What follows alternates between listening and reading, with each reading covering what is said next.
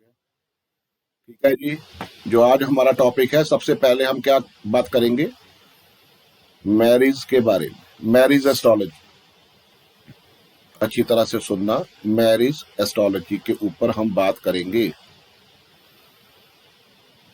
सबसे पहले marriage astrology जब भी हम पढ़ते हैं तो आपको पता होना चाहिए कि जो भी हमारी दशा आती है, चाहे महादशा हो चाहे अंतरदशा हो, ठीक है, तो हमें पता है कि उसका नक्षत्र लॉर्ड हमें रिजल्ट देता है। नक्षत्र लेवल पे हमें 2 मिल जाए, 7 मिल जाए, 11 मिल जाए, तो हम क्या बोलते हैं कि मैरिज जो टाइम है वो स्टार्ट हो गया। 2 नंबर जो पता है आपको कि फैमिली में बढ़ोतरी है, 7 नंबर आपको पता है मैरिज बॉक्स है, 11th नंबर आपको पता है कि आपकी डिजायर जो है वो फ्रूटफिल होती है। इसके साथ जो 2 भी दशा आएगी, उसका नक्षत्र लॉर्ड अगर आपको 2, 7, 11 दिखाता है तो मैरिज होने में जो केस होता है वो हैपन हो जाएगा। ठीक है जी। अगर नक्षत्र लेवल पे आपको ये प्रॉमिस नेगेशन में मिल रहा है, स्क्रिप्ट तैयार करते हैं, जो दशा चलती है किसी भी प्लेनेट की, वो हमारा क्या बनता है? सोर्स बनता है। ठीक है। जो भी दशा स्टार्ट होती है, उसका प्लेनेट कोई भी केस हैपन होने में सोर्स लेवल पे काम करता है, और उसका जो नक्षत्र है वो रिजल्ट देता है। सबलॉर्ड जो होता है वो टेस्ट ऑफ रिजल्ट होता है। तो किसी प्लेनेट की दशा आई, उसके नक्षत्र लॉर्ड ने आपको 2, 7, 11 दे दिए, या अकेला 7 दे दिया या 2 दे दिया, तो क्या होगा? मैरिज हो जाती है। लेकिन अगर सब लॉर्ड लेवल पे आपको कोई प्रॉब्लम आती है, मैरिज में नेगेशन आती है, जैसे मैंने आपको बोला था कि 7 को नेगेट करता है 6th हाउस, 8 नंबर पीड़ा का होता है, प्रॉब्लम्स का होता है, और 12 नंबर जो होता है वो सेपरेशन है, वो डिसअपॉइंटमेंट है, वो लॉसेस है। तो सब लॉर्ड में अगर आपको 6, 8, 12 मिलता है तो प्रॉब्लम, मैरिज तो हो जाएगी लेकिन आगे जो है वो सक्सेस नहीं होगी, क्योंकि टेस्ट ऑफ रिजल्ट हम सब लॉर्ड से देखते हैं। ये स्क्रिप्ट के ऊपर आज से हमने काम करना स्टार्ट करना है कि स्क्रिप्ट को कैसे रीड करते हैं, ये नोट कर लेना। ठीक है जी। 7th हाउस के सब लॉर्ड का नक्षत्र लॉर्ड पकड़ना है आपने, जिसने रिजल्ट देना है। वही बताएगा कि आपका जो स्पाउस है, हस्बैंड है या वाइफ है, वो आपका कैसा रहने वाला है, कैसे आपकी शादी होगी, और कैसे वो आपकी लाइफ जो है कैसी आगे स्पेंड होगी। तो 7th हाउस के सब लॉर्ड का नक्षत्र लॉर्ड बताता है। तो आपको सभी हाउसेस के बारे में जो है वो ज्ञान होना चाहिए।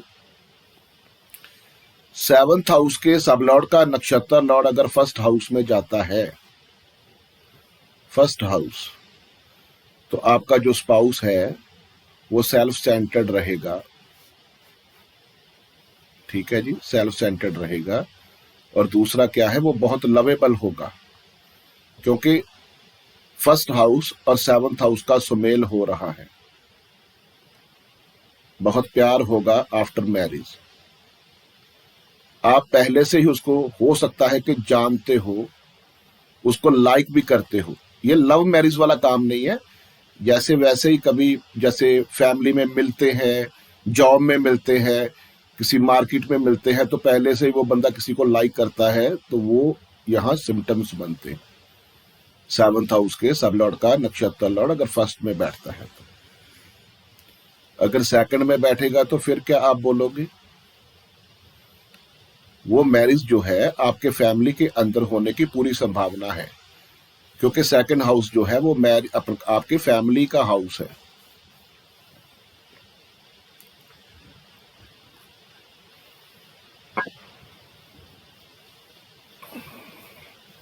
उसके बाद हो सकता है कि आपका जो स्पाउस है वो आफ्टर मैरिज, जैसे वाइफ है, वो आफ्टर मैरिज बहुत सा धन दौलत अपने साथ लेके आए। कुछ लोग होते हैं वो मैरिज के साथ बहुत धन दौलत देते हैं। हो सकता है कि आपका जो स्पाउस है वो अच्छी जॉब करता हो या अर्न करता हो, पैसे कमाने वाला हो, क्योंकि सेकंड हाउस को वो साथ लेके आ रहा है। पैसा कमाने वाला आपका स्पाउस होगा, ठीक है। अगर 7th हाउस के सब लॉर्ड का नक्षत्र लॉर्ड 3rd हाउस में है तो आपका स्पाउस जो है वो शोल्डर से शोल्डर मिला के आपकी हेल्प करने वाला होगा। जितना आप काम करते हो उतना ही वो भी आपकी हेल्प करेगा। बहुत हार्ड वर्कर होगा, सक्सेस लेने में बहुत सी एफर्ट्स लगाएगा।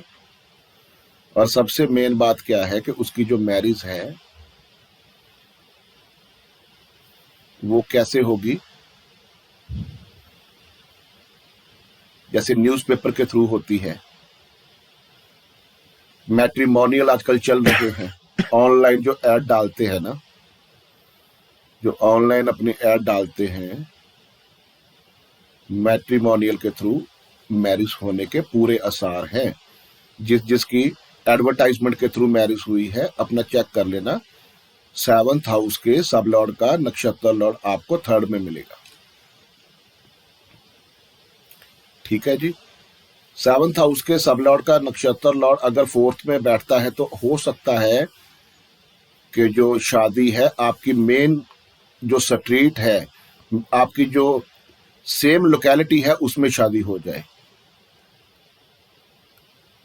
अगर ना हुई तो बहुत बिल्कुल नियर 10, 15, 20 किलोमीटर की दूरी में होगी,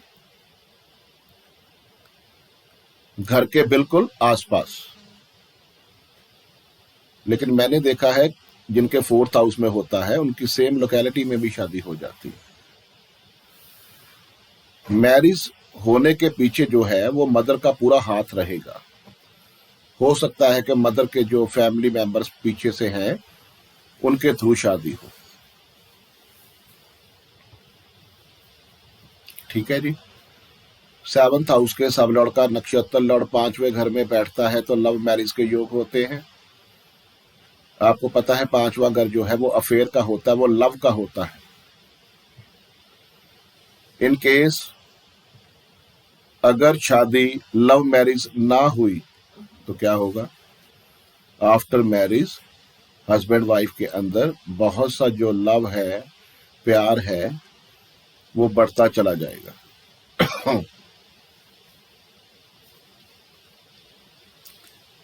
ये लव मैरिज से भी ज्यादा जो है वो अच्छा कॉम्बिनेशन बनता है। अगर लव मैरिज किसी की नहीं होती तो बहुत अच्छा रहेगा, लव आफ्टर मैरिज बहुत ज्यादा प्यार बढ़ जाएगा। 7th हाउस के सब लॉर्ड का नक्षत्र लॉर्ड अगर 6th में बैठता है तो क्या होगा, अभी आपको बताया है कि किसी भी हाउस को नेगेट करता है उसका पिछला हाउस, तो ये भी एक तरह का 12th हाउस बनता है जो सेपरेशन का होता है। जो हस्बैंड वाइफ अलग अलग रूम में सोते हैं उनका 6th हाउस में ही उनका प्लैनेट बैठा होता है, क्योंकि वो सेपरेशन का हाउस है। हो सकता है कि आपका जो स्पाउस है वो जॉब करता हो, 6th हाउस जॉब का भी है, ठीक है। थोड़ा सा वो बीमार रहता होगा, सिक बहुत जल्दी होता होगा आपका जो स्पाउस है, नोट करके देखना। 7th हाउस के सब लॉर्ड का नक्षत्र लॉर्ड अगर 7th हाउस में बैठता है तो ये बहुत अच्छा कॉम्बिनेशन है। ये एक किले की दीवार है जिसमें हवा भी अक्रॉस नहीं कर सकती, कोई बंदा अंदर एंटर नहीं कर सकता।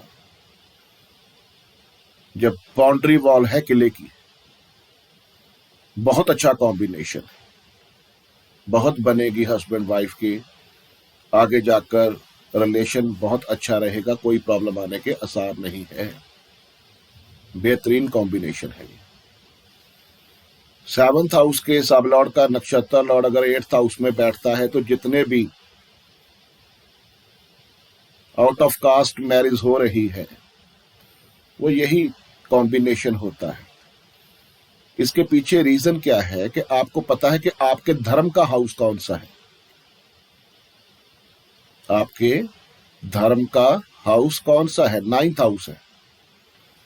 जिस भी धर्म से आप लिंक हो वो 9th हाउस से देखा जाता है। और 9th को नेगेट कौन करेगा? 8th house.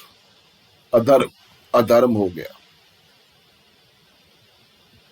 आफ्टर मैरिज बहुत सी प्रॉब्लम आने के आसार हैं। ठीक है, 8th हाउस आपको पता है प्रॉब्लम्स का है, पीड़ा का है, कष्ट का है, मृत्यु तुल्य कष्ट है और अधर्म का है और दुर्भाग्य का भी है, क्योंकि 9th हाउस भाग्य है, 8th हाउस दुर्भाग्य है। लेकिन जो मैंने आपको फर्स्ट डे बातें बताई थी उसको कभी ना भूलना। कोई भी कॉम्बिनेशन है, अगर आपका स्पाउस उसको यूज कर रहा है तो कोई प्रॉब्लम नहीं आएगी। 7th हाउस के सब लॉर्ड का नक्षत्र लॉर्ड 8th हाउस में है, तो अगर आपका स्पाउस जो है वो एस्ट्रोलॉजर है, अगर वो रिसर्च इंस्टीट्यूट में काम करता है, वो माइनिंग के काम करता है, गैस स्टेशन के काम करता है, इंजीनियरिंग लाइन में है, मैन्युफैक्चरिंग यूनिट है, कभी प्रॉब्लम नहीं आएगी। थोड़े से जो मिसअंडरस्टैंडिंग है, थोड़ी सी जो प्रॉब्लम है वो हर घर में होती है, लेकिन बहुत बड़ा इशू क्रिएट नहीं होगा अगर आप उस हाउस को यूज कर रहे हो तो। ठीक है, 7th हाउस के सब लॉर्ड का नक्षत्र लॉर्ड 9th हाउस में बैठता है तो क्या बनता है? एक आपने बात सुनी होगी कि लक्ष्मी का रूप आई है घर में। लक्ष्मी का रूप, ये लक्ष्मी का रूप यही होता है जिसके 7th हाउस के सब लॉर्ड का नक्षत्र लॉर्ड 9th में आता है। आपके भाग्य का दरवाजा तभी खुलेगा जब आपकी शादी होगी, उससे पहले नहीं खुलेगा, ये नोट कर लेना। लक्ष्मी जो एंटर करना है, ये कॉम्बिनेशन जो सभी आप हमारे जो ओल्ड हमारे माँ बाप हैं उनसे आपने सुना होगा, ये कॉम्बिनेशन यही होता है। आपका भाग्य जो है उसका दरवाजा खुल जाएगा जिस दिन आपने शादी कर ली, चाहे लड़की है चाहे लड़का है। लेकिन मैंने अपने एक्सपीरियंस में थोड़ा सा देखा है कि जिसके 7th हाउस के सब लॉर्ड का नक्षत्र लॉर्ड 9th में बैठता है तो उसकी 2 शादियां भी होती हैं। ये भी देखा गया, क्योंकि 9th हाउस जो है ना वो दूसरी शादी का है। एक बात मैंने आपको बताया था कि किसी भी हाउस को जो मल्टीप्लेक्स करता है उस हाउस का 3rd हाउस होता है। किसी भी हाउस को मल्टीप्लेक्स करना है, जैसे बच्चे के बारे में देखना है तो पहला बच्चा 5th हाउस है, दूसरा बच्चा 7th हाउस है, तीसरा बच्चा 9th हाउस है, 4th बच्चा 11th हाउस है, उसका थर्ड करते जाना है आपने। तो अगर शादी की बात आती है तो पहली शादी जो है वो 7th है, दूसरी 9th है और तीसरी 11th है। ये कभी ना भूलना। ठीक है, अगर 7th हाउस के सब लॉर्ड का नक्षत्र लॉर्ड मरकुरी जैसा प्लेनेट आ जाता है और वो 9th में बैठा होता है तो फिर तो 100% डबल मैरिज होती है। एक और कॉम्बिनेशन होता है, वो आपको बता देता हूं। हमारे कुछ राशियां होती हैं जो ड्यूल साइन की होती हैं। मैं आपको चाइल्ड बर्थ जब सिखाऊंगा ना तो फिर आपको वो वहां बताऊंगा। ड्यूल साइन की कुछ राशियां होती हैं, वो कौन सी होती है? 3, 6, 9, 12। जैमिनी, वर्गो,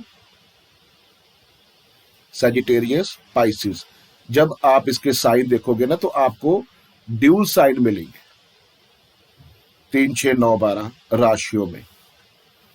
तो अगर 7th हाउस का सबलॉर्ड का 7th हाउस का जो सबलॉर्ड है वो 3, 6, 9, 12 में बैठता है, 3, 6, 9, 12 राशि में बैठता है। अच्छी तरह से सुनना। सेवंथ हाउस का सब लॉर्ड अगर 3 number, 6 number, 9 number, 12 number sign में बैठता है और उसका नक्षत्र लॉर्ड जो है 3, 6, 12 राशियों के अंदर जो नक्षत्र आ रहे हैं उसमें बैठा होगा, तब भी ड्यूल शादी हो जाती है। आपको पता है कि 3 नंबर साइन जो जैमिनी साइन है उसमें कौन कौन से नक्षत्र आते हैं? मंगल, राहु, गुरु के आते हैं। मंगल, राहु, गुरु के आते हैं ना। उसके बाद सैजिटेरियस में कौन से आपको नक्षत्र मिलते हैं? केतु, शुक्र, सूरज। आपको मैंने मैनुअली नक्षत्र निकालने सिखाए थे ना, ठीक है। उसके बाद वर्गो साइन में क्या कौन कौन से आते हैं? सूर्य, चंद्र, मंगल। मतलब सारे नक्षत्र आ गए इसके अंदर, सारे प्लेनेट आ जाते हैं।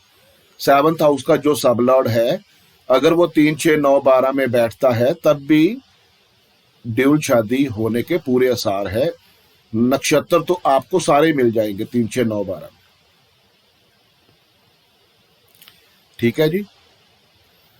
ये शादी हो सकता है कि आपके पिताजी की तरफ से, आपके पिताजी की जो फैमिली है वो आपको शादी होने में सपोर्ट करे।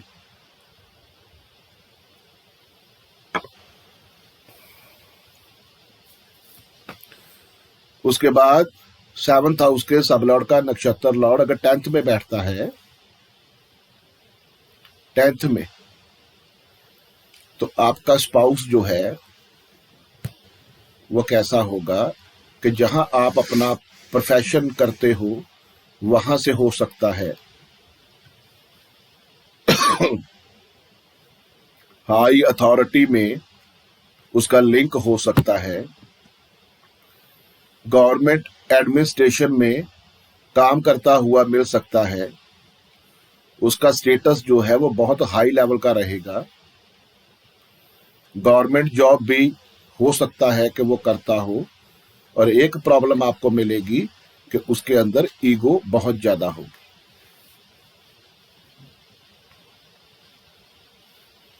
10th house.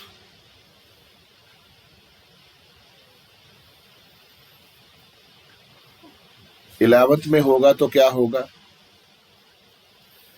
मैं आपको बार बार बोलता हूं कि 11th हाउस सबसे बढ़िया हाउस है। चाहे आप अपने भाग्य की बात करो, चाहे पैसों की बात करो, चाहे अपने प्रोफेशन की बात करो, चाहे प्रॉपर्टी की बात करो, सभी आपको मिलेगा अगर आपका स्पाउस जो है 11th हाउस में उसका सब लॉर्ड का नक्षत्र लॉर्ड बैठा हुआ है।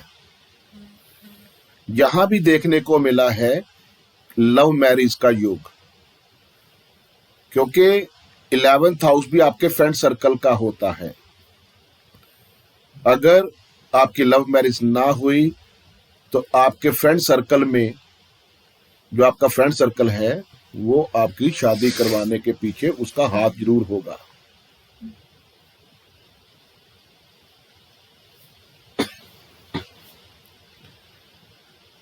यहां भी देखा गया है कि आफ्टर मैरिज बहुत धन दौलत मिलती है, क्योंकि ये भी प्रॉफिट एंड गेन का है, ये भी डिजायर फ्रूटफिल का है। जितनी भी आपकी डिजायर होती है वो फ्रूटफिल होने शुरू हो जाती है। जो जब का आपका जन्म हुआ है, जो बातें आपने सोची थी कि मैंने घर बनाना है, मैंने बड़ी गाड़ी लेनी है, मैंने ये करना है, मैंने वो करना है, जो सोचते हो वो डिजायर जो है वो फ्रूटफिल होनी शुरू हो जाती है जब आपकी शादी होती है। मतलब कहने का कि जो सोच है, जो डिजायर है, वो फ्रूटफिल हो जाएगी। उसके बाद 7th हाउस के सब लॉर्ड का नक्षत्र लॉर्ड अगर 12th में बैठता है, 12th में, तो आपकी जो शादी होती है वो अब्रॉड होती है, फॉरेन कंट्री में होती है। आपको अपनी लैंड जो है वो चेंज करनी पड़ती है। अगर आप फॉरेन में ना गए तो आपको हो सकता है अपनी स्टेट चेंज करनी पड़ जाए। घर से बहुत दूर होगी। 90% जो है वो फॉरेन में शादी होती है।